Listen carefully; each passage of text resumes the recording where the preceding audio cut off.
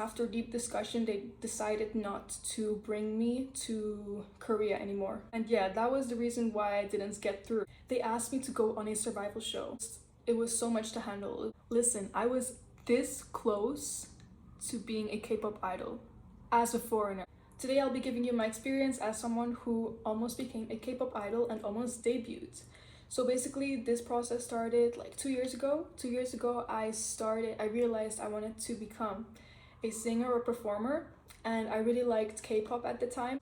I just really loved performing since I was really little. So I was like searching online like, how do you audition to be a K-pop idol? Can you even audition as a foreigner? Can you? Because I felt like it was impossible as a European. Like, I'm not Korean, so like they must be like, girl, what you think you're doing? But basically auditions for like K-pop don't usually have any like restrictions on nationality. So basically anyone can apply, like regarding of your ethnicity or nationality. But this process was like really hard and it took me a long time. It took me 2 years actually.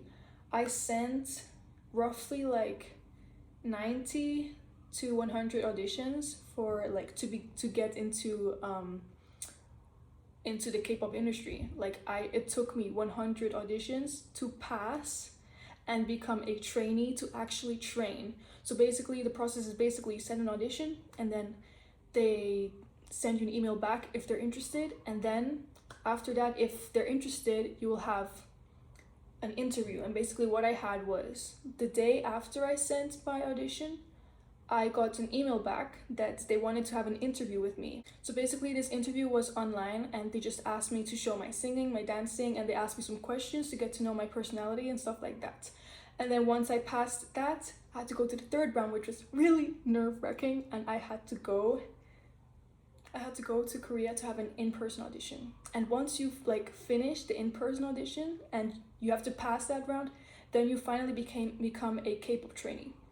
So yeah, I was also during my last year of high school. So me and my company agreed that basically I trained in Korea for a while, and then like after the summer, I came back because I had to like prepare for final exams, and that's really important and like really important for your future. Even if you want to be a K-pop idol or a singer, education is still really important. And thankfully my company, they basically allowed me to continue with my education. So what we agreed was they allowed me to continue training, but I had like monthly evaluations online. So basically I was a trainee in Spain and they were in Korea, and I was sending them videos back and forth. We'd also have like Zoom calls and everything.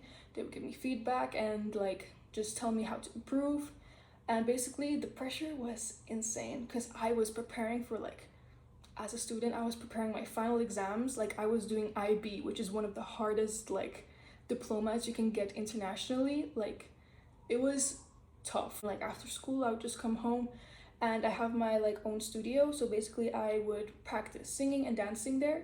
And I had like my mirror, and there I would like practice my dancing, and a lot of hours. Like sometimes I would stay up until like 2 a.m. So basically everything was going well. Like I was sending my videos and my company was telling me that I was really improving and that they really saw like improvements in like my singing, my dancing, my rapping.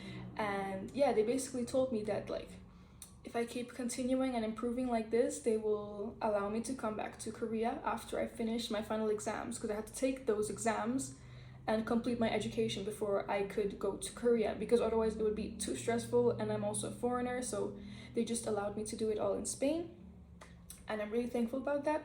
However, my company, by the end of the year when I was graduating, they made me audition for a survival show.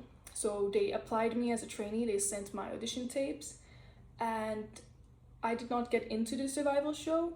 So after that, my company sent me an email back and they said that I did not get through the audition, like for the survival show, to be on it. And then they said that after deep discussion, they decided not to bring me to Korea anymore. So while they did not specify the specific reason, I guess we could guess by the answer they gave that some of the like decision was influenced by the like rejection of going to a survival show, so I guess that. But I think this experience really taught me a lot. I still can't believe that I actually passed an audition. It gave me a lot of like sense of potential in myself, and these people from this company were really sweet. Even though I'm not with them anymore, and like all the tough experiences that went through, I am still really thankful that they saw this potential in me, and that they helped me like to grow and improve my skills. And that right now I'm just like, I want to be a singer. I'm not really like specific about K-pop or like Western music or anything. Honestly, I am a rapper, singer, and dancer, and if you're interested in covers, you can check my channel. But yeah, basically I'm now just working to be like a pop star, like as an independent artist, and trying to get into like the Western market.